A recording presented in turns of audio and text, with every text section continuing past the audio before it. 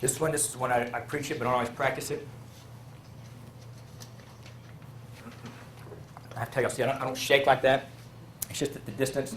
It does that because it's far away. It's not my hand. Now, the second one year, Melissa and I went out of town. Every month we went somewhere for a whole year. I think that year, most of us knows, I think that year our net income was, our profit was almost $600,000 on our team. I haven't had profit like that the past couple of years, and I haven't taken any time off hardly at all. And they do go hand in hand. But when it's just so true. This to me, doing this session here, being gone for a couple of days, going back, I'm refreshed. It's different. Getting out of the office. I mentioned going away and not taking me, just getting out of the office, getting your mind somewhere. Vacation's best. I mean, we all know it. We forget to do it. It's worth it. We don't have any kids. Planned on it. It didn't work out for us. We got a big house, a second story. We don't ever go upstairs. So I tell my wife, so next vacation, we're just going to go upstairs for a week. We've never been up there. But it's important to take that mental break. And I got into a position 3 years ago. I decided I'm in a brokerage, work for a gentleman named Mark Wolf. Short to the brokers in New England, he's the best after all the brokers in New England. The New England region. Now, he was a great broker. I worked for him as an agent for many years. Runs great offices, has 6 offices, 300 agents. We kind of outgrew it. That's my team. We had 15 people. I had a mortgage company in-house on my team, but the office had their own mortgage company, so we couldn't really have a mortgage person in there that they knew of. I had a title partnership. And again, big team, not a lot of square footage, so I thought it was time for us to go out on our own. And I bought a franchise and went and opened up my own brokerage. Running a team and opened my own brokerage. Some of you guys may have that. That was a mistake. Won't do it again. Does anybody have both a brokerage and run your own team? I found out, most of y'all. I went from broker to having my own team with another office. It's better. Yeah. I found out that I could be a good broker, and I could be a good team leader, but I couldn't be great at both. There's just too much time, too much energy. You may be set up different, works out great for you. For me, I was so much more profitable and efficient when I had my team. But when I opened my brokerage, I also did move to a different area, which was it was a challenge within itself because I had a good business and I moved different area and opened up a brokerage and had more going on than I could handle. I'm back at the brokerage where I originally was just as of a couple months ago, and all of a sudden my business is I know the market's improved, but our systems, our efficiencies, everything's just come back together. And there's something that we all forget about, and time is money. It really is. And your mind can only do so much. And I think everybody has ADD, ADHD, whatever. I think that's just something we all have that, you hear on somebody say, oh, I'm diagnosed with ADD. Who isn't? But I do tend to get too many things going on or kind of, get spread out a little bit. And it's a fault of mine. But when I focus on what I, like to do, which right now is this stuff, but when I focus on what I like to do, I seem to do well with it. But when I get spread out, which I tend to do, it's you can't be great at everything. There's a woman in the Northwest. Actually, she's in Arizona now. She's kind of semi-retired that had a team for a long time and did some coaching and all. And she said, I know brokers all over the country. I know team leaders all over the country that are great, but I don't know any great that do both. But I've met a couple people that actually do both, and they're great at it. But the reason I bring that up is I got back to focusing on my team, and I'll be more profitable this year than I've been in years. But it's just different for everybody there. But what it does do is allow me time, and that's where I was going with that. As I got with opening my own office, that takes a lot of time, as you know. Trying to bring on some agents and running my team, I didn't have much of this in there, and I haven't been as profitable the past couple of years as I will be this year by taking some time again. It was 7 days a week for 2 years, non-straight, and that's just not any good. That'll not do well for your business. Sticking to the goals, I mentioned that this is hard for all of us, but easy to preach, hard to do. But if you set your goals and then your team member goals, this I do better than my own. I love to sit down with the team members and say, okay, let's look at how many houses you sold last month or last year, and let's set up a plan for this year. It's so easy to back into that. And I do it all the time with my agents. I'll say, okay, how much do you want to take home? What do you want on your tax return this year, or on your 1099? And if they say, I want to make $100,000, the buyer's agent will say, my goal is to make $100,000. Then we use the old formula where I get the dry erase board and say, okay, Your average sale price last year was $237. Your average commission was, look at the sheet here, 3%. So this is it. You got 45%. I'll back into how many transactions they're going to have to do, how many calls did it take, or how many deals, So I back into how they're going to get that 100,000 and put it on paper, and their performance will increase. They'll sell more houses. If it's not written down, they're not accountable. They don't have anything to follow. My 19-year-old nephew came to stay with me. He was from New York State, Utica or Elmira. He came down to stay with us for a while, just getting out of high school, trying to figure out what he's going to do with his life. And he comes down, and I stayed with him about 6 months, and he tells me he's going to get a car. I'm like, great, well, how are you going to get a car? Well, I found one to buy. Well, how are you going to buy it? Well, I'm going to get a job. Where? How? I had him all the way down to what tie he was going to wear. I backed into how, all the way to what you have to do to get that job. And then he's like, well, I'm going to make $2,000 a month. The car's $4,000. I only have to make, work 2 months, So I backed out all that, and all of a sudden he's figured out he's going to work 2 years to buy that car. But by making him think about it, putting it on paper, he had, then he had a goal. And the simplest things can be goals for all of us that we can achieve if we just really put it on paper, hold ourselves accountable. And this is kind of what I like to key on, what you guys are at this level. You're not just in sales. I mean, this is a business. It can be just sales for you if you want it to be, but you really got to put on the other hats. And that's from the goals or from budgeting. And most team leaders don't know what a P&L looks like or what a P&L stands for. I had a lady in my office had a pretty good team. They were chairman's club every year, so they were 500 plus. Her and her husband had a team, and they went to lunch with me one day and said they wanted to ask me some questions on some team stuff. And the first thing we talked about was profitability because they couldn't make any money. And I said, well, do you have like a P&L? And they didn't know. They said that they figured out how much money they made was the balance in their checkbook each month. So I think that's more common than you would let's see. If you don't know how to put together a P&L, you need to do it, or you need to hire somebody to do it for you. Because if you don't know what you're making every month, you're going to get yourself in trouble, and you're going to go in a bad market, or you're going to spend too much money, and you're going to be out of business. And you just have to know. Every business has a P&L, has a balance sheet. You got to know those things. There's a site I use quite a bit. It's called Guru. I think it's com. I can't remember if it's com or net, but it's a freelance site. I've hired bookkeepers. I've hired somebody to help write some stuff. I've hired somebody to help set up my Salesforce for me. But it's a freelance site, and you can post, I need a bookkeeper. You're going to get more responses than you'll know what to do with. And you can get, you could say, I've got a real estate company, and they've got to have real estate experience, blah, blah, blah, and you'll find somebody that in a different state that will take care of all for you. I mean, the tools, the people are out there. If you can't do it or don't want to do it yourself, don't know someone, you can hire people to do these things for you. Guru, I think it's guru.com. Might be .net, but I think it's .com. But there's another one called iLance. There's another one.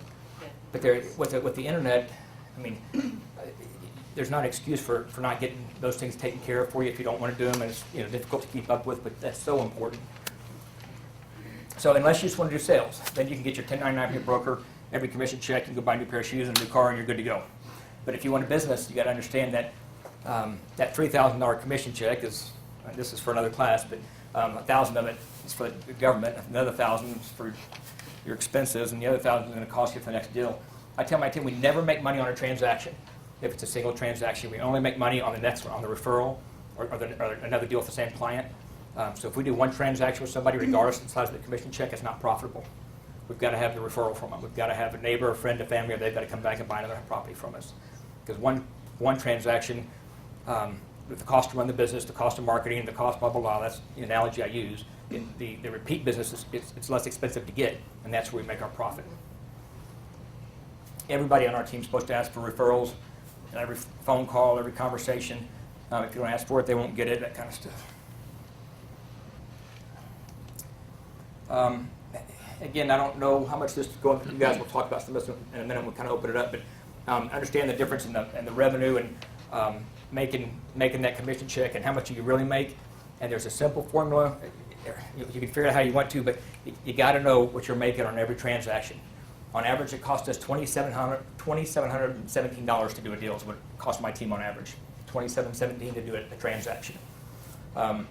So if my listing agent going out there and he's having to compete, he's going to have to do a deal for 2% or 1.5%. Well, is it $700,000 or is it $200,000?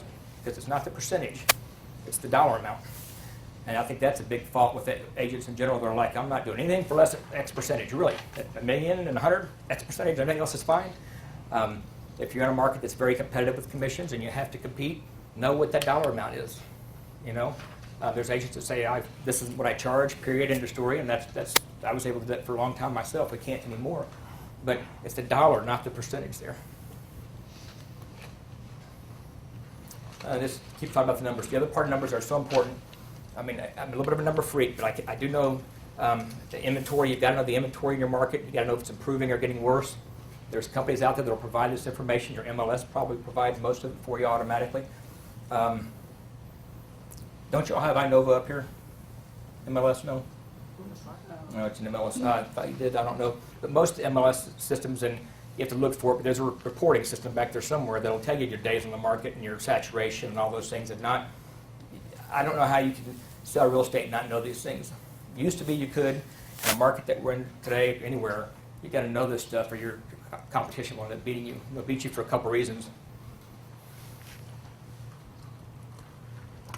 If you don't know enough, they're going to beat you. But this is what helps you price the houses right. It's what determines how long you're going to have inventory. I mentioned last year it cost us $27.17 to sell a house. This year they're selling faster. It won't cost us as much. I mean, if they're selling faster, they're going to cost you less to hold. And agents, you have to figure that stuff out to be continually profitable as you grow. That famous, sales thing. I use that almost daily in my office. If we get somebody goes out and makes a deal happen, I'll send out an email to everybody. The lion and the cow. If in this business to be successful, I don't care what the market is. If you're a lion, you're willing to go out and find the dealers, you'll make money. If you're going to wait for them, you need to get a different job. That's different. It hasn't always been that way. It used to be you could be a cow and wait for business. You could sit at the phones and wait for somebody to call in. At least in our market, that doesn't work like that anymore, especially with the internet. So you've got to be a lion. I hired a girl in February that I knew wasn't going to do well. I didn't think she would do as well as she's doing. I knew she would do well because I hired her, but I didn't know she would do as well as she is doing. She doesn't necessarily have to work. Her husband does well. They do well in that nice place and all that. Doesn't have to work, but she wanted something to do, which concerned me a little bit. That she would be enough of a lion if she's just looking for something to do. And I think she's leading the team this year in sales, or she's very close. And she was got a license last year, started in February.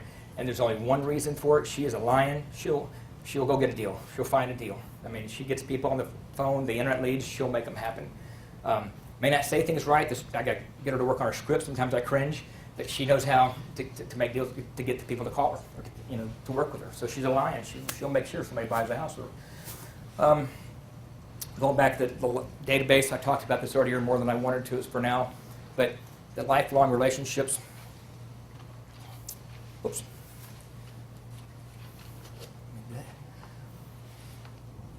This is, to me, whether you're working by yourself, brand new, you've got a team of 20. I mentioned before, it is a relationship business, right? I mean, it's not just the houses. There's another real estate saying, there's two of them that are my favorites. One of them you saw, the other one is, it doesn't matter how good you are, you have to be there. This gentleman's in an open house, next week the newest guy in the room, and you're at home, you've been selling real estate for 20 years, and you know everything, who's going to get the deal? He is. So you don't have to be, it's more important to be there than it is to be good. So you got to be a worker and go out and be that lion. They kind of go together. But the whole relationship part is a part of your business. If you're not making the touches to your clients, you're not being a lion, you don't have to worry about building your team. So if your team doesn't consistently grow in sales, if your team's sales drop, you will lose money because you will not be able to react quick enough. That's proven over and over with teams in every business. But if your market changes, you're not keeping up with your database or with times and technology, and your team's slowing down, you will not be able to react quick enough. You'll have too big of a payroll, and you'll be losing money. I've seen too many guys, like I said, teams, women making $1 million plus, and they're losing money. It's all over the place. It's because their sales change. Almost every time it's because of a decrease in sales. You're thinking, if you're making $1 million in a year, you should be able to make a profit, right? But if your payroll and advertising is whatever, your expenses are too big and you don't react quick enough, you'll lose money. We put a lot of value in the service list, like I talked about. We actually changed our moving truck. I wish I brought a picture of this. The moving truck we had for years, it was good. You know, you get the name on it, it's driving around town and it's a moving billboard. And the only problem is that they're supposed to give you a copy of the insurance and driver's license when they pick it up. Well, they show up, you just had a great transaction with them, they're your third time, fourth time, 10th time buyer. They don't have it. You don't want to get a confrontation with them, but so you make them go home and get your insurance. They bring it back empty and dirty, even though they said they'd bring it back full. And that happened all the time. And then I'm going down the road one day in a 45, and here comes my moving van. You know, blows past me at 65, and I'm thinking, I don't think I have enough insurance for this. You know, so our moving van we changed. I went and got a Sprinter van and wrapped it up, and inside of it's customized. It holds 36 signs on one side, and then it's got shelves for lock boxes, and on the other side it's shelves for all the different riders. So it's all wrapped up, and ironically, our runners almost always seem to be women. I don't know why that is. It just seems to be women. They can get in the Sprinter. It's easy to drive. They got all the signs, all the riders, so they can go. Someone can go out, and our runner will come in 3 times a week, and they'll go out and put sold signs and pick up signs, and holds everything right there. So it's running around town. It's a moving billboard, but I don't have somebody driving it that I really don't want driving it. You know, so that's been a really nice deal for us. That's worked out great. We've had it for 4 years now, and I'll keep that going. That's been great, better than the actual moving truck. Email, newsletters. You know, there's a Service for Life newsletter company. The guy's name is Craig Fort or something, but Service for Life. His newsletters are $79 a month, I think. And they look like you wrote it yourself. That's the whole idea. And we've had more success with those for past clients. They've done really, really well for us. So we mail 1,000 of those a month just to our clients. And we started last summer, and between July and November, we had 8 clients that were between 8 and 10 years ago that bought from us or sold. And even though we mail stuff out, people forget about you. Those newsletters are personal enough that they remembered us. We do postcards occasionally to grow our business and the touches, and someone will say, you know, how much business do you get out of your postcards? And we never have anybody call us up, or rarely, and say, hey, I called you because I got your postcard. But when we don't advertise, we get fewer past clients, fewer referrals. Percentage is the same, but we don't sell as much real estate. So I have agents say, well, I'm just work off 100% referral. Really? So all the rest of the world's not good enough if they're not referred to you. You know, there's a lot of business out there. So you should work your referrals. That should grow, but there's still a lot of business to get. But you'll be surprised that, well, you probably not, you guys have been around long enough, that most of y'all, that if you don't keep in touch, they're gone. You know, that's usually how it is. So just keeping stuff on the mail. You'd ask about if I actually call them myself. I can't. I should, but the newsletters and the email campaigns make up for the time that I can't.